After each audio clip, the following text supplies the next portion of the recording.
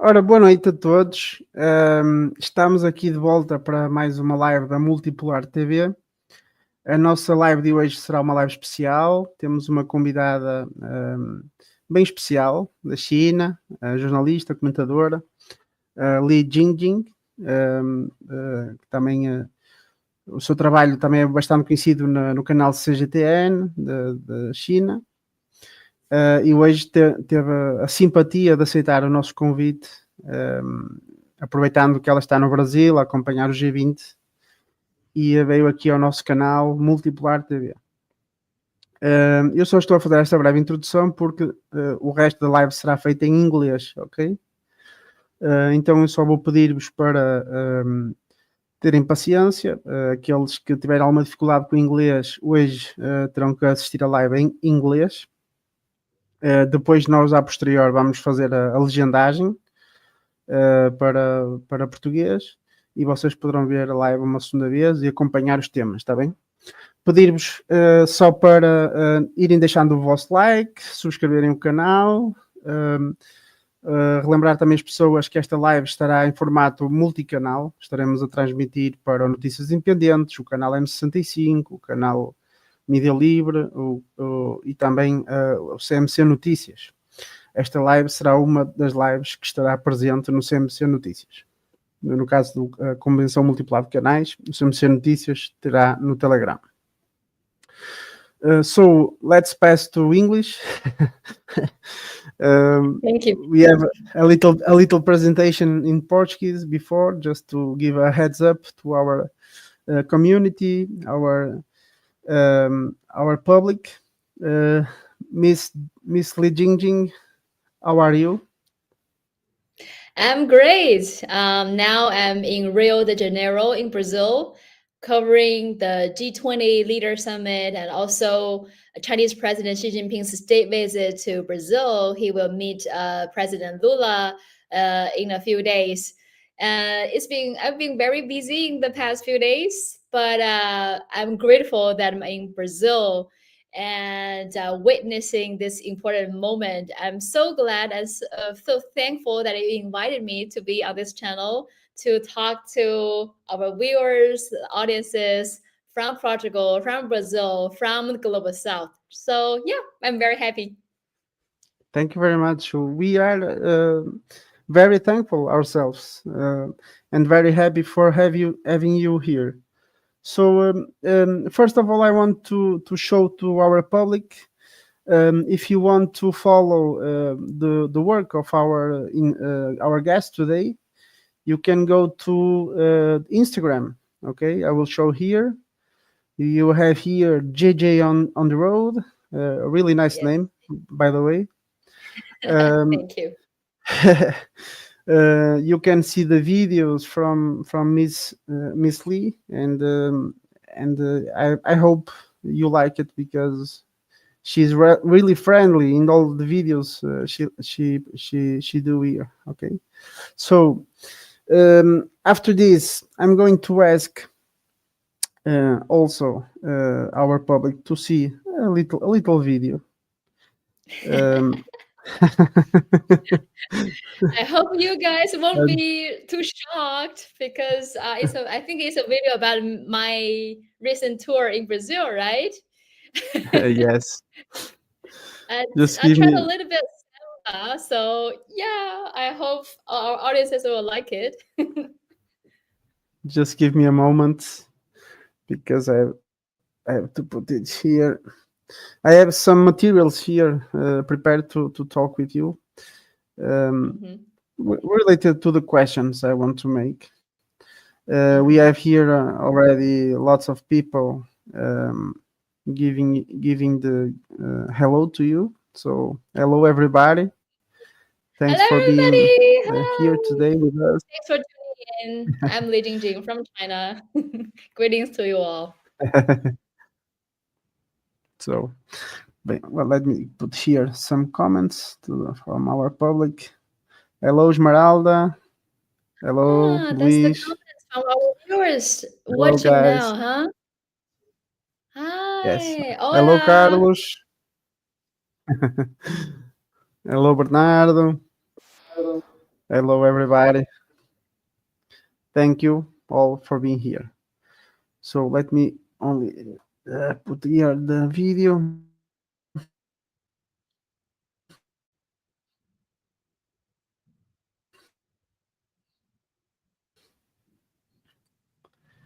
And give me just 1 minute.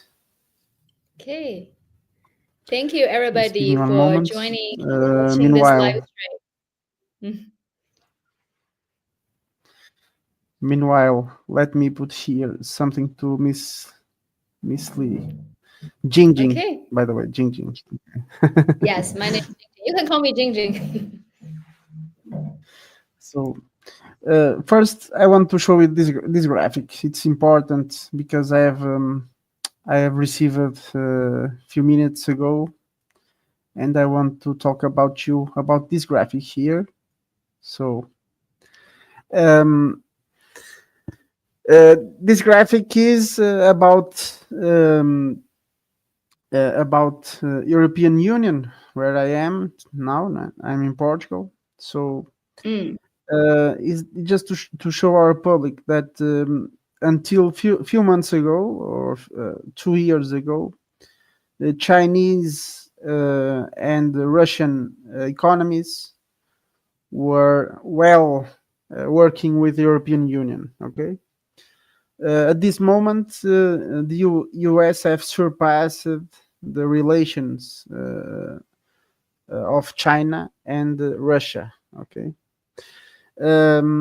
we have talked here about this in the past. The US normally have a behavior that is when it needs pull European Union down the bus,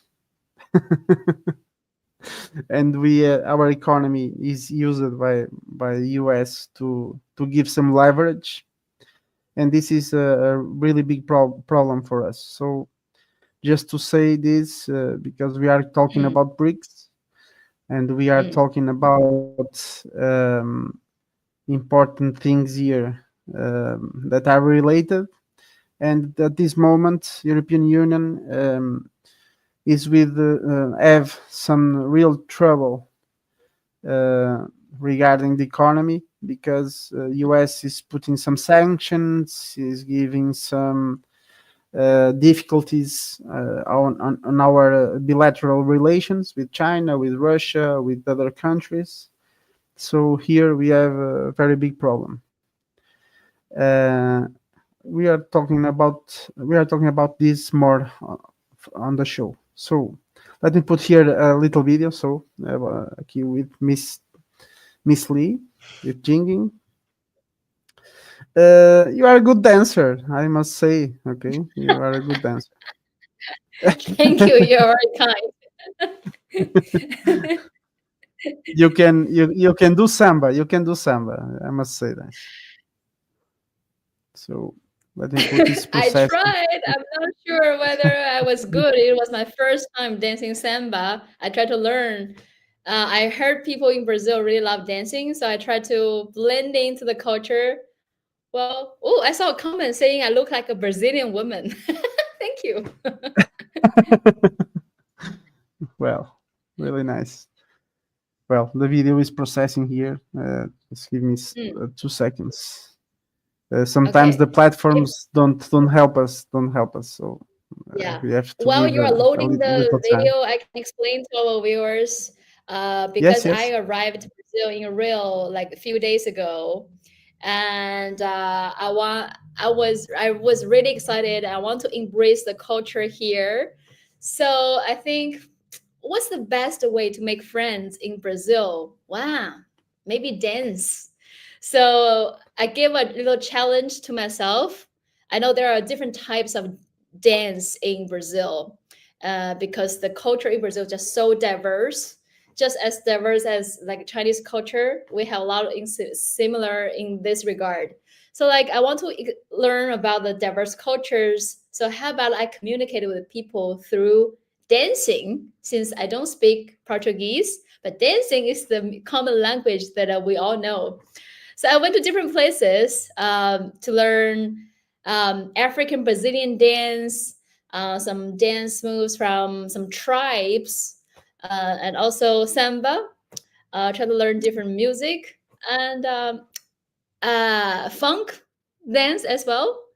And I'm not good at any of this dance because it was my first time to try this type of dance, but I totally enjoyed it because even though I don't speak Portuguese yet, but people showed me the greatest welcome. And we had so much fun interacting with people from every race. Oh, I love it. So I make a video about my experience embracing Brazilian culture through dancing. So I don't know whether the video is uploaded yet. Yes, it's ready. It's ready. Yes, it's ready. Okay. Let's Luis do this. show it to you. Let's show. Okay.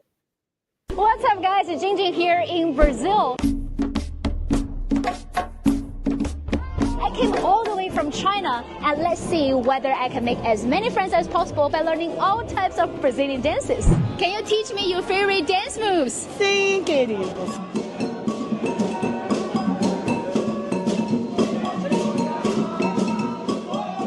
A natureza é nossa guia,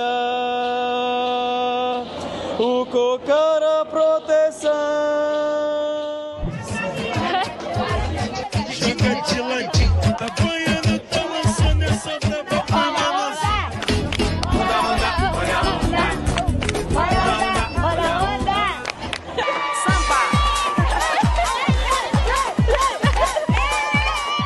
Segura o tchau,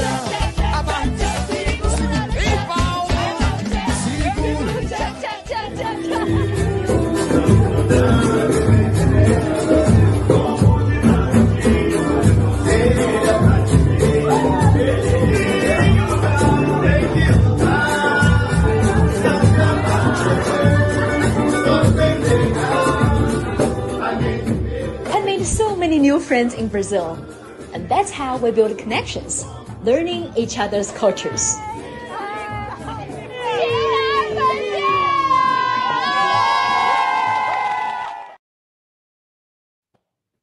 All right. Really nice. Okay. Really nice.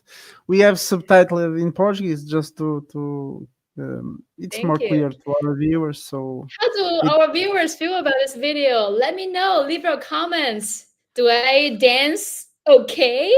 What's your thought on this? Let me know, okay? yes, guys, put your comments. Give us your feeling about the video on the chat. Okay. We have here a question. Where did Li work? Some Chinese media, excellent communication. you want to answer this? Sure. I'm a journalist from China. I've been working as a journalist in China for like 11 years now. So now I work for CGTN, the China Global Television Network. You probably know this media, CGTN. I also worked for some other media before. I cover politics, international relations. I'm a journalist and also a commentator, and very active on social networks. If you use Twitter, Instagram, YouTube, TikTok, you will find me there. I try to make all the information, all the China-related stories or Global South stories more viral on social networks because I feel the stories from China as well as the Global South countries are not being widely shown on international media. I want to make Global South voices much louder on the international platforms. So I try my best. I have some followers, quite a millions of followers across social networks. If you use Facebook, Twitter, Instagram, TikTok, you can find me on any platforms. So, well, and here now I'm in Brazil. I also try to show Brazilian culture, the Brazilian voices. Unlike some Western media journalists, when they go to another place, they always show the very negative, but only a small scale case, a small scale story, but make it a big story. Try to paint this culture, paint this country in a negative light.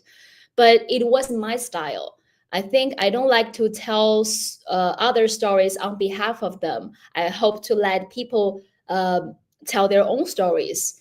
I feel like I know many China stories about China international media are wrong. Western media intentionally portray China in a negative light. Many of the stories they report are just pure misinformation, pure lies. So I think as a Chinese, I wanted to tell my story, my culture to global audiences. And I also want to work with our global sales fellows. Let's tell our own stories, make our voice heard. Don't let some other journalists tell our stories on behalf of us. We can make our voice much louder. We can change the unjust world order together. So, well, that's a little bit information about my profession. Perfect. So here we have some comments. You are a beautiful dancer, so I think you're Thank okay. you. I think you're okay. So Good. if you don't know CGTN, you can go to the site. They have Spanish, English. So I have a suggestion to the CGTN. They can put also in Portuguese because we have Brics, Brazil in Brics. So we need Portuguese. We need Portuguese language here also. So we have I know. here some an article from Li Jingjing here about the China's method of politics. You can Mm, understand in this article how the Chinese politics works. Okay, it's mhm. another suggestion from our side. Okay, so uh, I want to talk about one thing also before I'm going to the questions. I understand China have scored a big goal in the last days with the inauguration of the mega harbor of Shanghai Mm, in Peru. mhm. Yep. It's a really great thing. I have studied a little bit. A fully automated harbor with a capacity of 50 containers an hour. It's really impressive. Mhm. It will boost the exchanges between Asia and South America big time. Mhm. It will bypass the North American harbors on Mexico and the United States. So we can say that the Shanghai harbor already put the United States to lose some money here.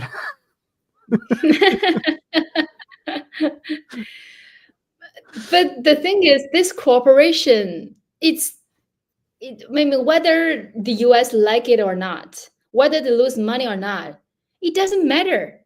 Who cares what they think? Well, Latin American countries and China, we are all sovereign countries. If we want to work together, no one can stop us. So, Yes. and like you mentioned, this mega port is really, really important. It's the first largest and green deep water port in Latin America that will revolutionize the trade between Latin America and Asia. So this is a big deal. Yes. And yeah, so it's really important. I'm sure more projects like this will carried out in many countries in Latin America. And you mentioned like it will cost America lost some money, but the thing is, did the U.S. really care about the Latin American countries in the past few decades? Of Did they course not. really try to improve infrastructure economy of any of these Latin American countries? Did they try to improve the bilateral ties with these countries? If they didn't make such effort, why would they care that some other countries want to have a better relationship with these countries? So yeah, like it doesn't matter whether the US like it or not. It's it's kind of like the maybe it's a metaphor. It's like you left your partner neglected, and then someone else come here. You suddenly feel protective, but you ignored this person for such a long time. And like I mentioned, we are all sovereign countries. We want to work together. It doesn't matter whether US like it or not. I'm sure, like for Latin American countries, they want to develop. They want to develop their economy. They want to improve the livelihood of their people. So they will try to work with anybody who can improve their economy. And China made such an offer. So it's very natural that Peru or any Latin American countries want to do more trade, do more businesses with China, because it's basic instinct, it's basic common knowledge. We need to improve the economy, improve the trade, so we can provide for our people. So yeah. Yes, I'm with you. My point of view is normally the United States don't like if the countries are working without them. Okay, even if their pockets are not messed up. Okay, but in this case, their pockets are also messed up. So they really don't like this type of things. Because Yeah. they will retaliate somehow. We already know. Or they will try to do something. But I have understood a little bit of the process of the Shanghai Harbor, and the time gain is wonderful. I understand the before you have to go to Latin America, you have about 40 hours of sea route, okay, 40 hours, and now you have maybe between 22 and 28, so a very good gain of time in here. So the logistics here talks on money, on time, so it's very good. And the quantity of exchange that can be done through this port is big time. It's very big. So it's a really good thing to Latin America. I wish all the best here. And this takes us to the first point of our conversation today. Is about the relations between China and Latin America. But first, we are going to talk about China and Brazil. So Brazil is a quite disputed country in this geopolitics chessboard. And if we consider that Saudi Arabia is still with one foot in Brics and one foot out of the group, and Brazil is the only country of the American continent in the members of in full right of Brics. Brazil is right now have a target on its back from the U.S. administration. How do you see the China-Brazil relation? It's good, it's strong. China have to have some careful here because of the it's American continent, so it's already a problem. Okay, for China and Brazil relationship, there's a really long history between China and Brazil relations, long history of friendship and exchanges, either cultural exchanges or trade exchanges. So the relationship didn't just start today. Some Western media were trying to make it sound like Brazil just chose China now. No, this year we celebrate 50 years anniversary of the diplomatic ties between Brazil and the People's Republic of China. And I don't know whether anyone have read the article that President Xi Jinping published on Brazilian media.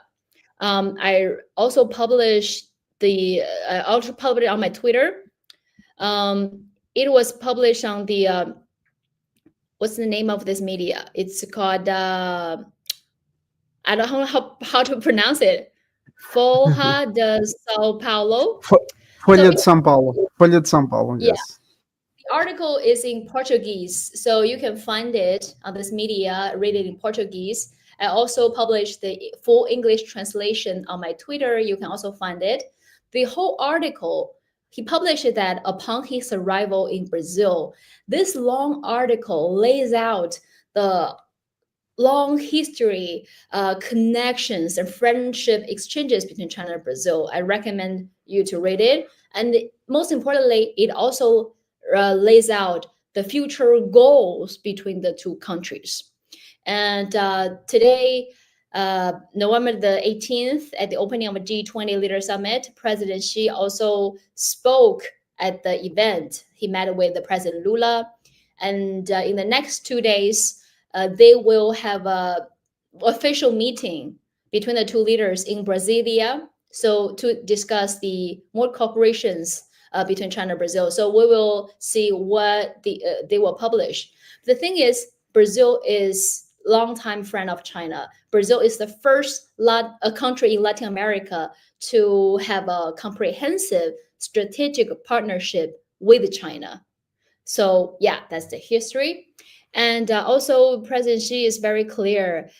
He hopes to further enhance the China-Brazil ties because China, the largest country in Asia, Brazil, the largest country in South America, they have many countries, many people have put hope on these two countries to lead the drive of protecting the common interests of developing countries.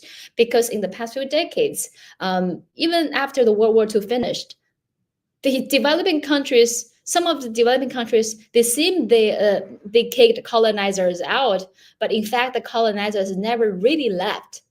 And their developing nations, global South countries, have been suffering from exploitations, interventions, like to this day. So the global South countries have been living in an unjust world order for a really long time. But we can see through Brics, through these organizations like Brics and China-Brazil relations, global South countries are pushing to change the unjust world order, to protect. They want to protect, make sure global South developing countries' voices and interests will be protected in the world. And so yes, I'm pretty sure, I'm pretty positive that China and Brazil relationship will be even more enhanced and will lead the drive of building a sustainable and just world order. And I also want to say, because today I was very impressed. I'm sure many people from the global South countries will be very happy to hear President Xi's speech today, because this morning at the G20 summit, the first session is a session about fighting against poverty and hunger. And Brazilian President Lula officially launched this new project. It's called, I forgot the full name, but it's also fight against poverty and hunger. And so China and Brazil have the same goal to fight against poverty, to reduce the poverty, reduce hunger. This morning, during the speech, President Xi Jinping said, you know, prosperity and stability would not be possible in a world where the rich people get richer and the poor are made poorer. So countries should make global development more inclusive, beneficial to all, and most importantly, more resilient. And a few years ago, China hosted G20 Leader Summit in a Chinese city called Hangzhou. And this year, the G20 Summit is held in Rio in Brazil. So from Chinese city Hangzhou to Brazilian city Rio, leaders have been working on the same goal, is to build a just world of common development, that every country, people from every class have the equal right to develop. And also, Chinese president also this morning during his speech, he mentioned we need to support the developing countries in adopting sustainable production and lifestyle, properly responding to challenges like climate change, biodiversity loss, and environmental pollution. So the Chinese leaders and Brazilian leaders are working on the same goal to make sure we're living in a sustainable planet and also reduce poverty and hunger. With this same goal, I'm pretty sure no matter in which framework, either under Brics, either under our bilateral times, either under UN Charter, China-Brazil relationship will get much better, and as well as the whole global South will be much more united. Okay. Very well. That's the main goal that I understand. At least Brazilian side and the Chinese side are aligned.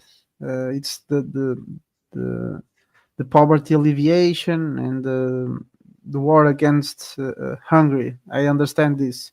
The first managements of Lula in Brazil, the first administrations, Lula have achieved a good fight against poverty and against the Hungary in Brazil. After Bolsonaro later have put Brazil against again in the poverty line, really difficult position to Brazil. However, I believe Lula is care about this, even with the limitations from government because the government of Lula da Silva is quite in the edge of the knife because it's a really splitted forces there. But about China, we can have no doubt about it because 800 million that get out of the extreme poverty, and it's not a simple thing because it's not only 800 million, it's about to have schools, have education, have wealth near. You have internet, have housing, have water, so have electric energy. So it's a quite spectacular achievement for China. Well, about our second question, it's about all Latin America, not only Brazil. We have seen in the past year that Brics have tried to extend the Latin America countries. We have a tentative to add Argentina in the Brics. However, Argentina get out of the Brics before entering Brics with the president Javier Milei. This was a blowback to the Latin America relations with China. What do you think? Well, it's a pity, of course, but it's the country's leaders' decision. So I think for China, we respect it. Because China always adhere to the non-interference policy. So no matter what the country's leaders decide and who runs the government, doesn't matter to China. China respect that because it's the choice of the people in that country. So let's see. But still, even though with the ups and downs, I still have a lot of hope in Brics. Brics has been quite successful in the past few years, and now there are many new drives from Brics countries building a multipolar world, trying to put forward a new global reserve currency, trying to maintain the stabilities. So I still have a lot of hope in Brics. Of course, some countries may under pressures from certain countries because as you are building something new that may change the world, of course, the people that don't like it will give pressure, will try to create some turbulence to stop you. But we need to look at the trend. We need to look at the world's demand. Can the few people really stop this? Global South countries represents probably 60, nearly 70% or even more population in the world. So Global South countries represents the much larger population in the world. And when some Western leaders, when they say, the world thing, when they say world, they only mean a few Global North countries, which It's only the golden billion you're talking about. Yeah, it only represents 30% of the world's population. 15%, I believe you are talking about. 50, even less. So if we look at the people's will of the world, people want a much better, just and multipolar world. You see, in the past few decades, even after World War II, the world is not just because neocolonialism, neoliberalism has designed to purposely put Global South countries, developing countries, at the bottom of global value chain. What does it mean? It means Global South countries will keep being the blood bag of the Global North countries. You keep selling your raw materials, your minerals, your gold, your vegetables, fruits to the global North at a very low price because it's raw material. But Global North will sell their high-tech, high value-added products to Global South. So in that case, you will never outcompete the Global North. Some people will very discriminatingly saying, well, because you guys are lazy, because you guys are stupid, you cannot develop, so your economy will never be better than us. No, these Global South countries were put in that position. It's exactly what neocolonialism has designed to do. Global South were designed to put at the bottom of global value chain. Africa, Latin America, Asia were designed by the Global North to stay poor. But now, China, you mentioned China successfully lift 800 million people out of extreme poverty. Yes, that's incredible. Why? Because China, ever since it was the PRC, ever since it was founded, a lot of Western economists, capitalists have criticized China's development method. At every turning point, China has always been criticized. Wow, you will never work. Oh, this system will never work. Oh, this policy doesn't work. But look at China now. China didn't listen to the Western experts, Western economists to do certain things because these Westerners used policies that worked for Western countries, for Western economies that have a totally different historical backgrounds, colonizations, and their industrializations. It doesn't work for China. So China, from the beginning, adopt very unique development path that suits China. We call it socialism with Chinese characteristics. So because China always design policies that works for themselves, that works with its history and cultural backgrounds, so China successfully get out of the value chain. So China is the only developing country that escaped the trap that Global North had put on Global South. China, just think about it. So far, China is the only country that escaped the trap and get out of the bottom of the global value chain and even outcompete many Western countries in technology, in economy, as a world's second largest GDP. And now China has the cutting edge technology like 5G, electric vehicles, even though some Western countries saying China is stealing intellectual property from them, but actually Microchips also. Yeah. But the thing is, they don't even have this cutting edge technology that China has. So how can China steal something that you don't even have?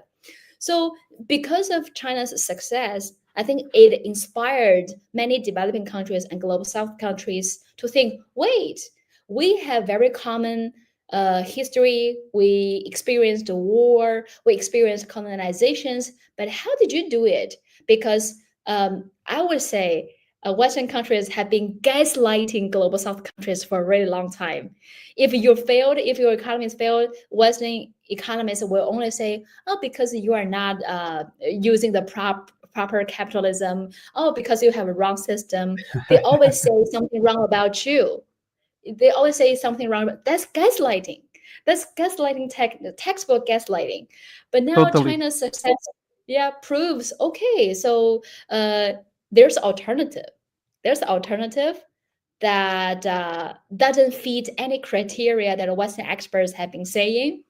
So and also China has been encouraging our fellow global South friends to also search a development method that works for you. Even though I know many experts are very interested in China, but China doesn't recommend that you copy China's method. No, China never is not interested in exporting its policies or its systems. Chinese leaders have been saying this out loud. We develop because we adopt socialism with Chinese characteristics. So every other country is, if you want to develop, you need to find a system with your country's characteristics. Maybe a system with the Brazilian characteristics, a system with the Portuguese characteristics. Doesn't matter if you call socialism, democracy, or whatever system. Just find out what works best for you. This is the thing. So, I've been talking for too long. Maybe I got off the topic. Don't worry. But yeah, so I hope you like my answer. What's your Yes, next yes. question? Yes, and well, I have asked about because of Argentina position, because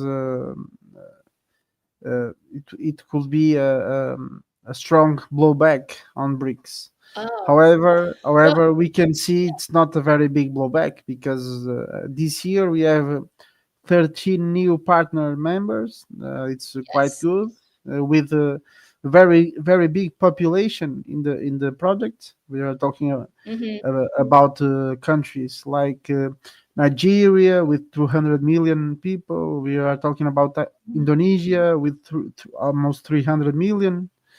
Vietnam, also a very big country, almost 100 million people. So we can see the Brics is the project that's it's we can predict that is the project from the global south on the long term. Yeah. But we still have an empire that will give a fight. Unfortunately, however, let's see what we have here. Yeah. You are talking about misinformation about China and gaslighting. That's a quite good idea, because United States, as someone put here on chat and reminded me, I didn't put this on the questions, but it's a very good question. US approved the financial law to support all who wants to correct Chinese disinformation.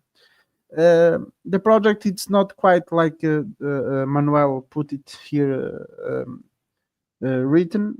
It's about the malicious information from China. Yeah. And this is a project, a law of the House of Representatives on US of $1.4 billion, that US could use this money to give more houses to the people, to give wealth, to give some infrastructures to American people. However, they are put this money to the information war, if you want to call it like this. But you know this project. You already heard it. Of course, and that's the thing we have been fighting against. This is not new because the U.S. have been constantly spending billions of dollars of sponsoring negative stories, negative news about China a long time ago. So basically, many of the negative stories you heard about China were like intentionally created. So the recent news is, I think the House passes 1.6 billion US dollars to deliver anti-China propaganda overseas. This is the latest. But even before that, China, US in 2021, US passed. You can find it called Strategic Competition Act 2021 that the US officially see China as an enemy. They will put a bipartisan effort to counter China's rise militarily and in every way possible. So information war Economically, is yeah. So there's a how they want. Well, I hope they don't create hot war, but they will if they can. For example, the military alliance they created in the Pacific Ocean, the so many military bases they put in the Pacific Ocean and on all these Asian countries. And second, the information war. It's the cheapest because you don't go to hot war, you don't use military, you don't use weapons. The information war started a long time ago. And actually, that's one of the reasons I became very vocal on social networks because I saw so many horrendous misinformations about China, totally wrong. That's why I became active on social networks, saying like, hold on a second, you don't speak for us. How about let me tell my story? And ever since then, I got a lot of followers from around the world. But me like you too. said, Me too. I started my social networks for the same reason, Mm, because misinformation, fake news, and all of this. And I can tell you that China have a quite American strong person that probably will attack China in the next episodes. I can show you of here. course.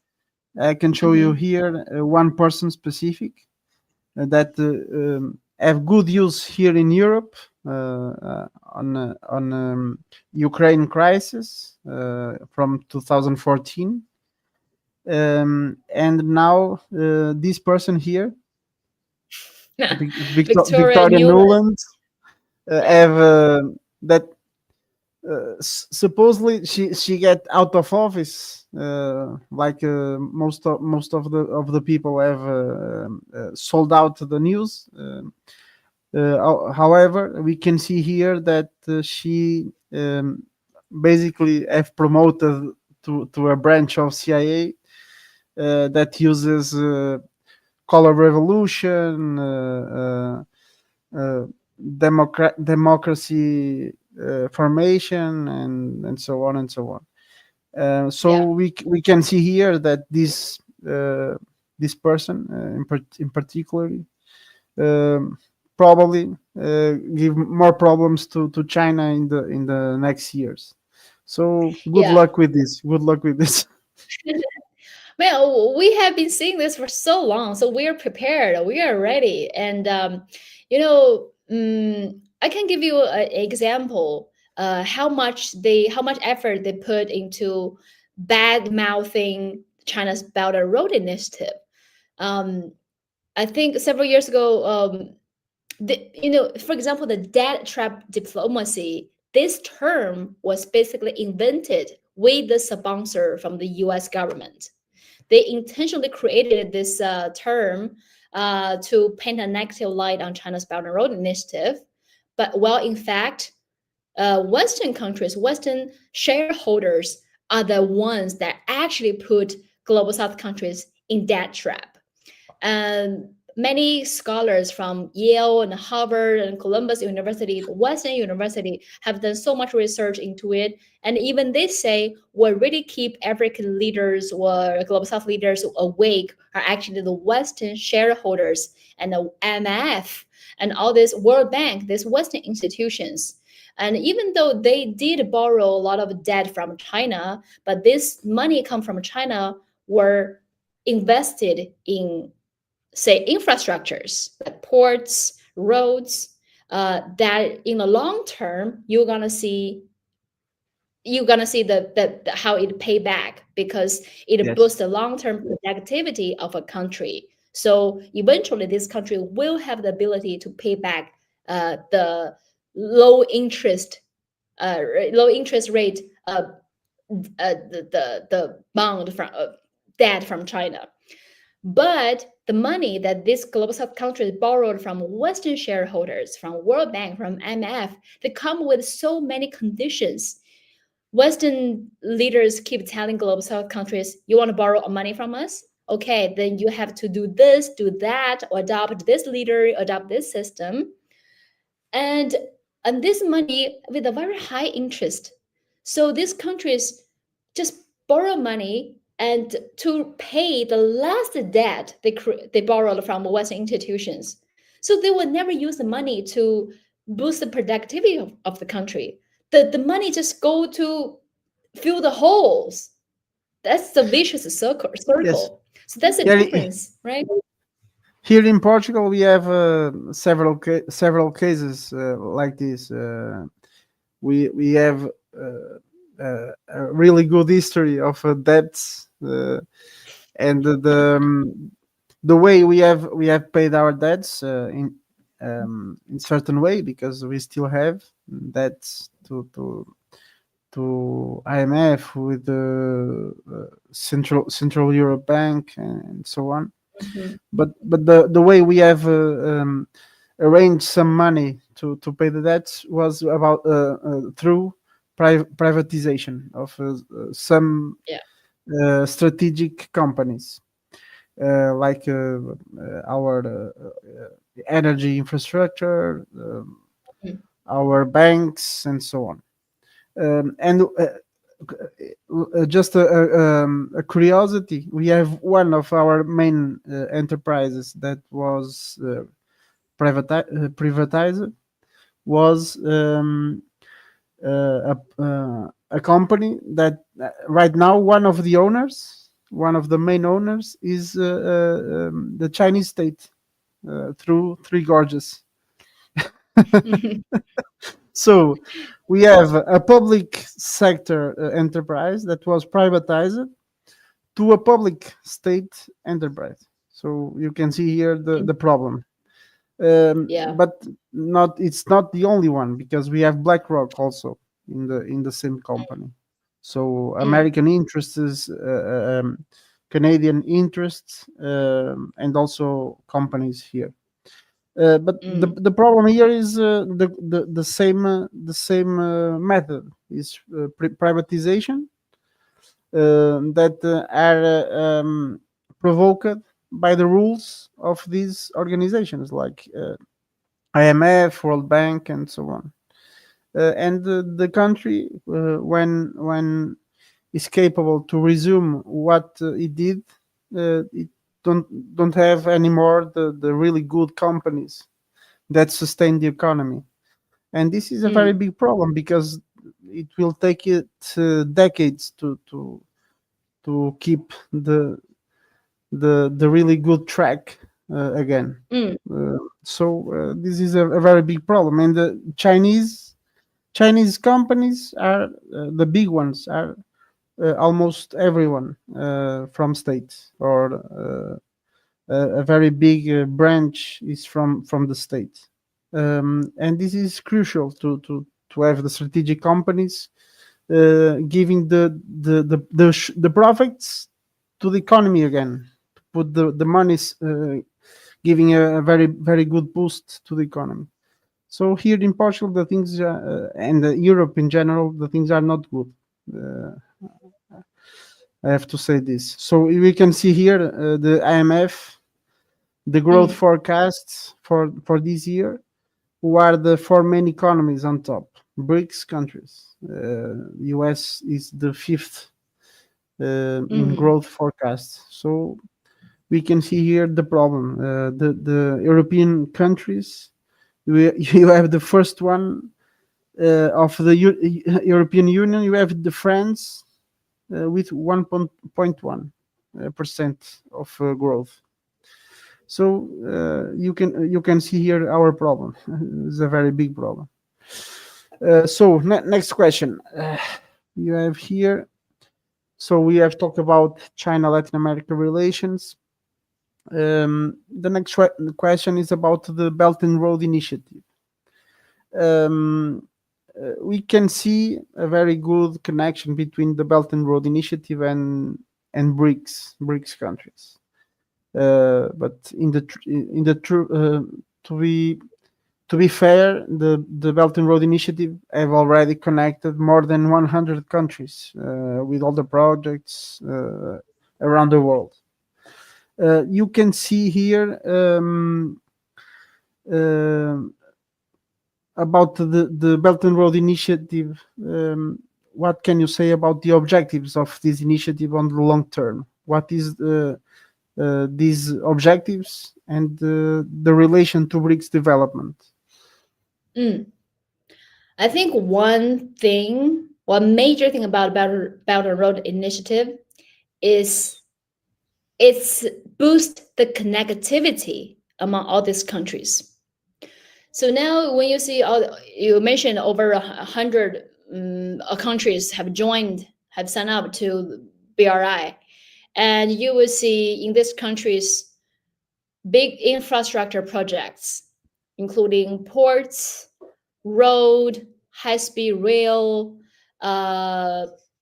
airports, buildings, and even water systems in many countries.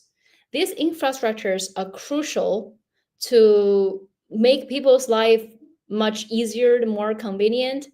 And that's the basic needs. It meets the basic needs of the people. And it's important. And also the roads, ports, this connectivity is crucial, not just for people's lives, but also crucial for business and trade. And this comes from China's own development experience. In China, we have a saying in Chinese. It's called 要想富先修路. It means if you want to get rich, build roads first. This is a saying we've known since we were a kid. And now when we grow up, you see roads all over China.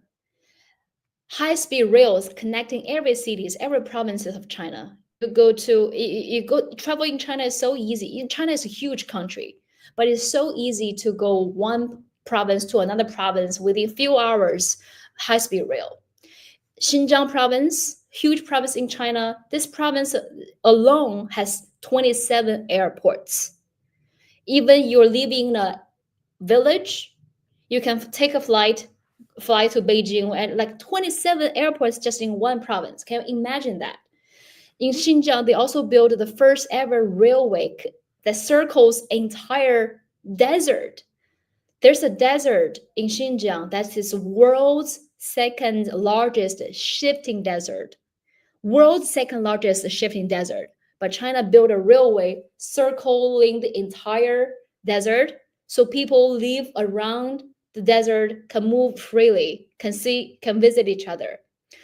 And I'm a journalist that have traveled to almost all provinces, many villages in China, because I also want to see how the poverty alleviation projects carried out at the grassroots level.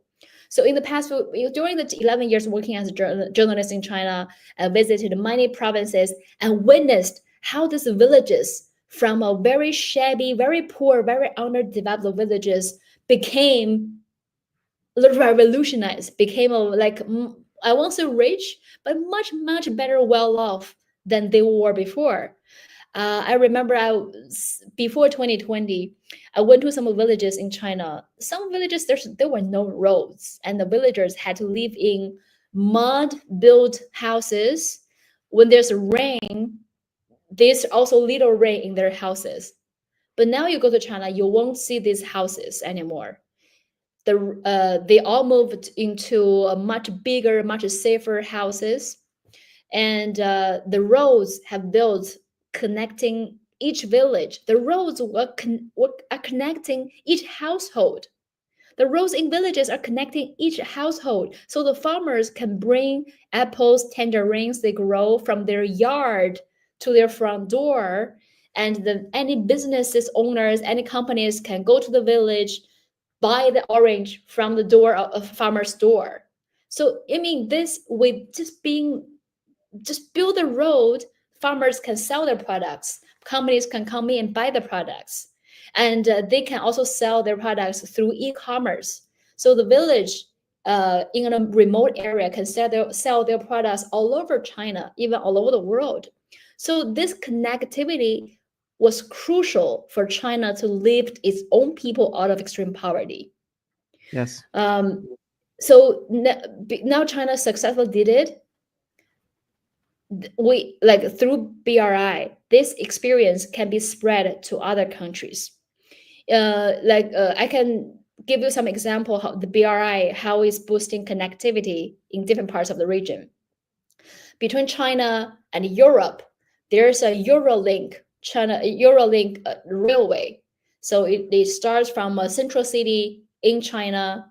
It will go through Western China, Xinjiang in Western China, and then connecting Central Asia to West Asia and go to European countries.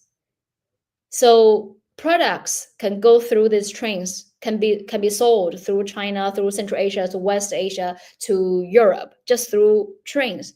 And because of these trains connected some of the cities, some countries in Central Asia, West Asia, that no other countries were interested in connecting these places.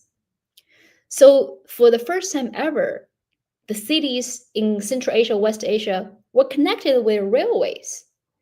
And then you look at Laos. Laos in South Asia was a landlocked country. But now they have their first ever high-speed rail. I don't know whether there's high-speed rail in Portugal. Yeah, in Portugal we have high-speed train. I don't know if you can call it high speed because it's not very fast. However, yeah, we have a small country also, so yeah. we don't need a so very good Yeah. trains. It's like, However, we have a now- problem. We have a problem if we want to go to France.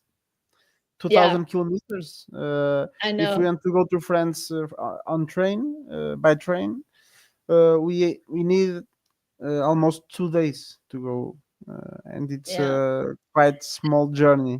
However, Yeah, but like developed countries already have these infrastructures that connecting them with other developed countries. But global south countries, developing countries have been ignored. Like I mentioned, Laos was a landlocked country.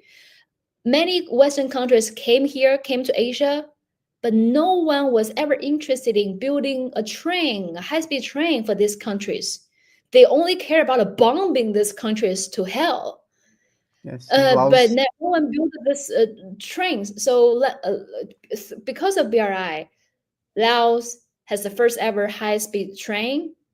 Indonesia in Southeast Asia also has the first high-speed rail from Bandung to Jakarta. Like this, we see this story popping up in so many developing countries that have been ignored. These countries all have suffered colonization from Westerners, all have suffered wars, bombings from Western countries. They have been interacting with Westerners for a really long time. It wasn't that they just decided to turn to China now. I'm sure many of them wanted the help and sponsor from America, from Europe as well. But for the past maybe decades, 100 years, the Western country never even showed any interest in helping them to develop. So now there's a country that is willing to help, and they see the results. They have infrastructure, and they can sell their products, of course. So this Belt and Road Initiative is about connectivity, is about economic improvement. And when countries have economic improvement, there's stability. The most important thing is that stability. People have no reason to go to war anymore because you are much better off. And this is especially important, I would say, in Central Asia and West Asia. Central Asia, Western Asia, I mean, we saw so many wars, terrorism attacks sponsored by UK, US. They want to control this land.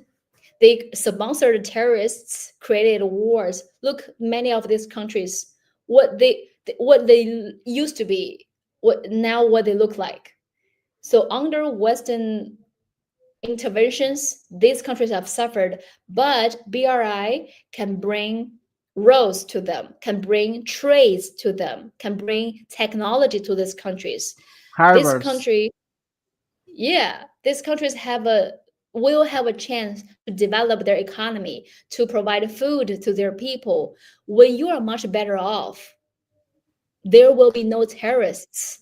There will be like no one want to bomb their own houses. No one want to bomb their own farmland, right? So this is like a long-term development plan for the world. First, connect everybody. Second, let's all have a better economy, have better trade, and then let's all provide a much better life for our people, and then we all develop. So the message from China has been always very clear. There's enough room for everyone to develop. And one's win doesn't mean it's another person's loss. There's no zero-sum game. How about we forget the Western colonization, who only brings suffering to the global South? How about we use a different way that the Western countries have used? Let's achieve common development. Let's achieve common prosperity. Let's choose win-win cooperation. So this is the message that BRI or China has been telling the world, that let's work together. That because we have a shared community, we have a shared future. Let's work together. And there's a part of the Belt and Road Initiative that is not known for many from many people. It's the health Belt and Road Initiative, the health part of the Belt and Road, because lots of people knows the Belt and Road Initiative for the harbors, the streets, the roads, the bridges, and so on and so on. But there's no too much people that know the health, the health part of the Belt and Road. That's very important also. That brings hospitals, that brings the vaccines, that brings all of these parts of health. Schools. Is very important. The schools, the education also. Yes. Yeah. That's true. So we have 1 hour and 8 minutes of our live. So let me go a little bit quicker here, because I have one main question. Okay, it's about the G20. At the moment, what is the main points that you have seen in the G20? What is the points that you believe that will be the most more talked on the media worldwide? What do you think? Because this year's main topic of this year's G20 Leader Summit is poverty reduction and sustainable development, which are very crucial. And I think this is the goal, and this is the most important message coming from this year's G20, is how countries can work together to eliminate poverty. How can we work together to make we live in a much more sustainable planet? And I also want to, Brazilian President Lula launched this new project. It's called Global Alliance Against Hunger and Poverty. And China also announced they gonna join this project that Brazil launched at the G20. So China, Brazil on the same goal. Very important. I'm sure President Lula is very determined to reduce poverty. And Chinese president this morning, during his speech, he also announced a major plan that China unveils a big moves to support the global South for common development. And this plan is 8 actions. I can quickly point out these 8 actions because I think it's quite amazing. It matters to all of us. So China's 8 actions for global development. First is China will continue to pursue high-quality Belt and Road cooperation. We explained the Belt and Road cooperation. China will double down, investing more money into the Silk Road Fund. And besides building like the tangible infrastructure, China wants to pursue this Silk Road to be a green Silk Road and digital Silk Road, meaning we will have much more environmental friendly, sustainable projects, and we will see more technology, science, innovations that took place in BRI countries. Second, China's plan is to implement a global development initiative. So China will fund a Global South Research Center, Global South Research Center for Global South think tanks, Global South experts. The third one is China will support the development of Africa. Just a few months ago in September, there's a FOCAC meeting, the Forum on China-Africa Cooperation held in Beijing. And China already unveiled 10 plans to develop Africa. So China will double down, invest more money on investing Africa. Fourth is supporting international cooperation on poverty reduction and food security. So China announced they're going to join this global alliance against hunger and poverty that President Lula launched at this year's G20. Fifth is China, Brazil, South Africa, and African Union is proposing an initiative on international cooperation in open science to help global South countries gain better access to global advances in science, technology, and innovation. Six That's important. is China will, very important, right? Six, China will support the G20 in carrying out practical cooperation for the benefits of the global South, such as using outcomes as the roadmap to increase investments in clean energy and high-level principles in bioeconomy to good effect. So we will see more green and sustainable cooperations. And seventh is China will implement the G20 anti-corruption action plan. They will strengthen cooperation with fellow developing countries in fugitive reparations and asset recovery, denial of safe haven, and anti-corruption capacity building.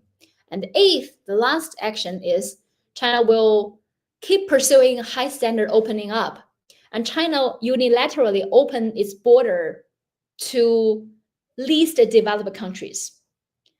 China will give all least developed countries having diplomatic relations with China's zero tariff treatment. So from now on to 2030, China's imports from other developing countries are likely to top $8 trillion. So, I mean, this is a much better offer to zero tariffs and imports more from least developed countries. So this is China's ambition and effort in continuing to give opportunities for global South countries to boost common development. So I think this year's G20, we will see leaders pushing a just world order, a world order that global South countries, least developed countries, have more opportunities to develop. And we will see more effort, joint effort to reduce poverty.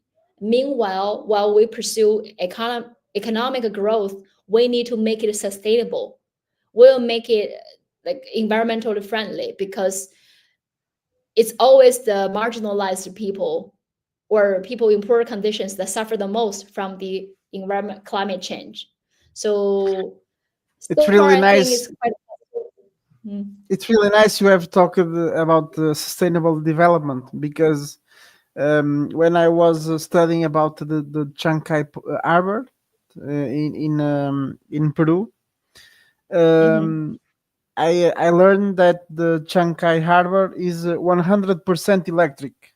So all the machines, all the vehicles that transport the containers and all of this is 100% electric. However, I've seen a CNN, a little article on CNN that even with these things, 100% electric, very good for for developing Peru and all of this, they have talked about what about the small fishermen on the region. They always have something to they always have something Yeah, to give we joke about it. a It's kind negative of, a negative image from China. So yeah. that's They that's always use this phrase. We joke about it. Is at what cost? They always say, uh, "Oh, what okay, cost is China may, exactly. yeah, China may air is cleaner, but at what cost?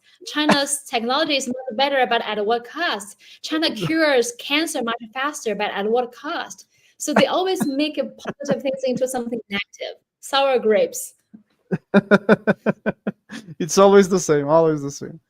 Yeah. So I believe these projects are really good because we have the proofs that China development in other countries really is in search of sustainable development, Mm. and this is projects that will endure to the future. So it's they are very good.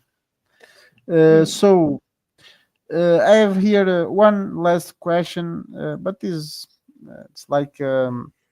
It's like a joke.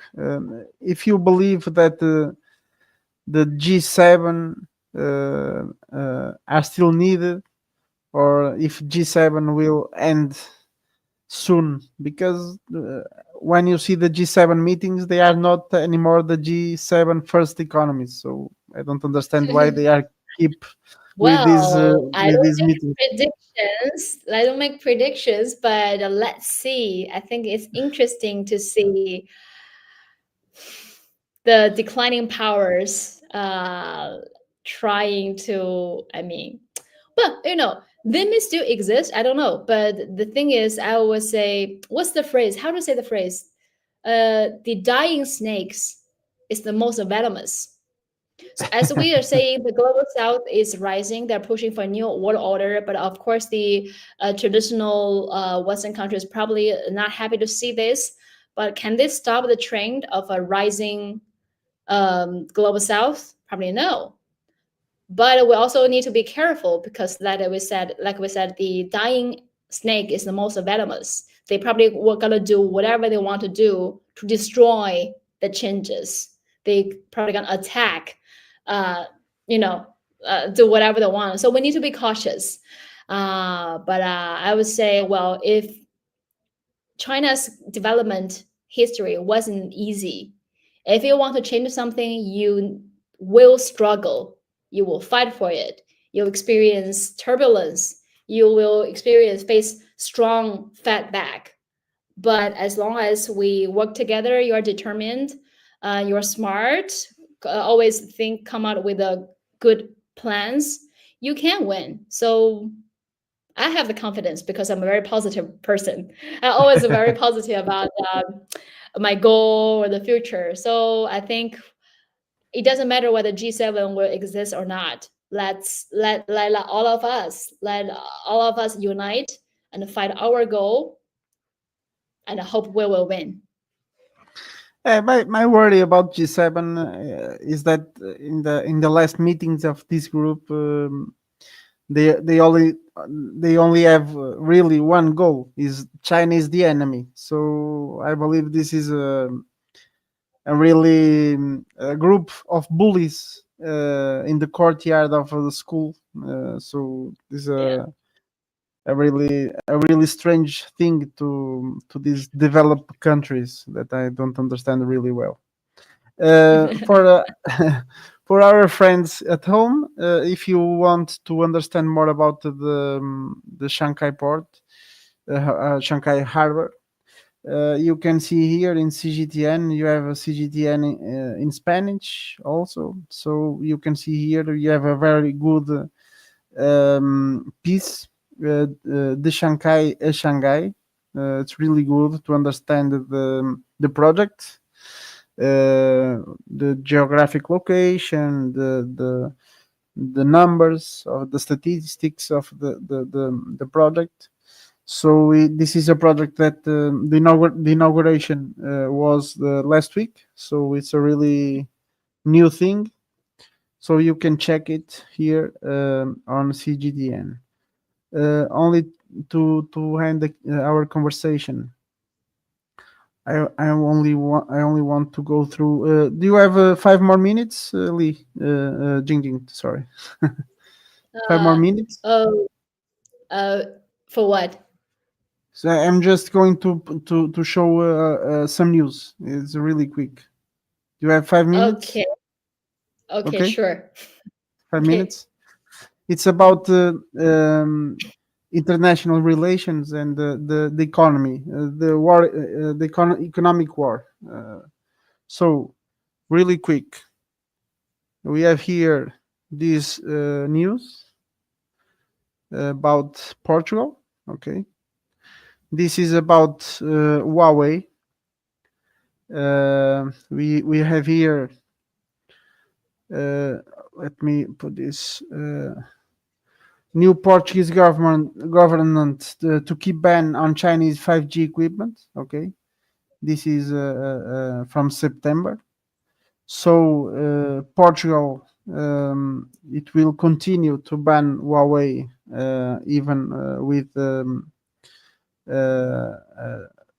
we have already a case in the justice with China, because Portugal want to keep the ban. The problem of this is that if Portugal with this decision can have a problem of $1 billion, something like this. It's because the loss with this technology from China could be $1 billion. It's a very big loss for Portugal, just to keep an hard hand with China. I don't understand this politics, because Portugal is one of the few countries with this hard line with China relating to Huawei. I don't understand why, but this is a news from Reuters. Okay, we have here another one about technology. Also, it's about ASML. Also here.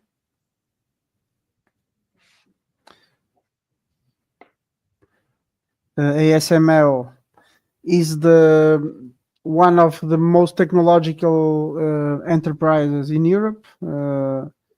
They build machines to print microchips, and at this moment, ASML have a very big drop on sales because of the sanctions against China. Mainly imposed by US. But ASML is not a US enterprise, it's a Europe enterprise on Netherlands. So here we have again other company in Europe that is caught on the economic war between US and China. Just to end this news, I will put another one, and we will end our live. So the last one is this one. Is about Volkswagen. Volkswagen here. Oh, Volkswagen cars stuck in ports over banned parts. This is on the United States. So Volkswagen have been banned from US market because of Chinese parts and Chinese software in the cars. So also here we have a very big company in Europe that is caught up in the economic war. But in Volkswagen case, it's really bad because there is another news from Deutsche Welle that talks about Volkswagen intends to shut 3 German factories because of these problems, because of the results of the company. So this is it. Just 3 news to show how we here in Europe are caught between the 2 giants economic war. And this means that Europe in the next years will suffer a lot if we don't change our foreign politics. So I hope here in Europe we can change this, and we can stop being the small guys that we have been in the last years. Well, today is this. Jingjing, thank you very much for your sympathy, for your dance moves, for all your insights. Really nice. I believe our public really like it. Also, we also have here some comments. I have one person here that he says, "I don't speak English, but your guest is very beautiful." So thanks for your comment. Also, it's a compliment to our guest is always good. So guys, don't forget to give our push the like button. Give us your comments in the end of the live. You can follow Jingjing social media. I already show you the Instagram, but she's present in all social media. You can search her, JJ on the road. You can share the work of Jingjing also. It's really nice, and she always talks like this, the friendship between peoples, and this is a very good thing that we have to talk about, because we don't need more wars, more problems. So I believe this is the way, is the friendship between the people, and we have problems that we need to resolve, like poverty, like the hunger, and all this to give us a better world in the future. Jingjing, last words, your final comments, so we can end our live for today. Thank you so much for having me, and I really enjoy my time in Brazil, and I hope I invite more people from Brazil, from Portugal, to visit China, to see China for yourself, because we need to start building people-to-people connection first, so we can understand each other. So yeah, come to China. And if you want to know anything about China, you can follow me on Twitter, YouTube, Instagram, TikTok, by searching my name, Li Jingjing. So yeah, that's it. It's really one of my dream trips is for China. I really want to go there. So yeah, I want to know the country. It's a very big country with lots of culture, and I want to know all of this. So thank you again, Jingjing. Thank you a lot. I hope we can talk again in the future. I hope you have a really good time in Brazil, and have a good work there, and a good return to China after, so we Thank can talk again in Yeah. other day. So thank you very much. Thank Pessoal, you. muito obrigado a todos. Obrigado a todos. Espero que tenham gostado. E até à próxima live. Um abraço. Bye bye. Bye bye.